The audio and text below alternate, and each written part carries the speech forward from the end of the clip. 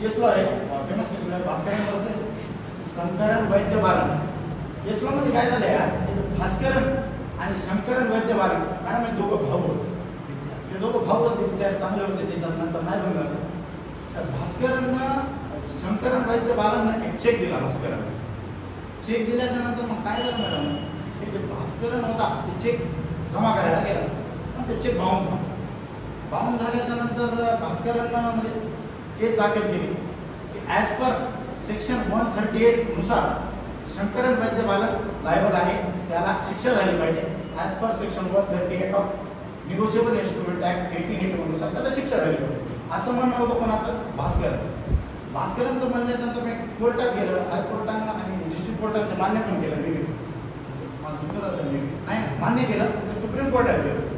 Supreme कोर्टात आल्याच्या नंतर मग कोर्टानं लक्ष दिलं मॅडम, दोघांच्या पण बाजू ऐकल्या. दोघांचे ऐकल्यानंतर त्यांनी लक्ष दिलं जे शंकरन वैद्य बालन होता यानं खरंच योग्य ते परिश्रम घेतले आणि त्यांच्या लक्षात आलं की ड्यू डिलिजन्स असं त्या कोर्टाने याचा उल्लेख केला मॅडम.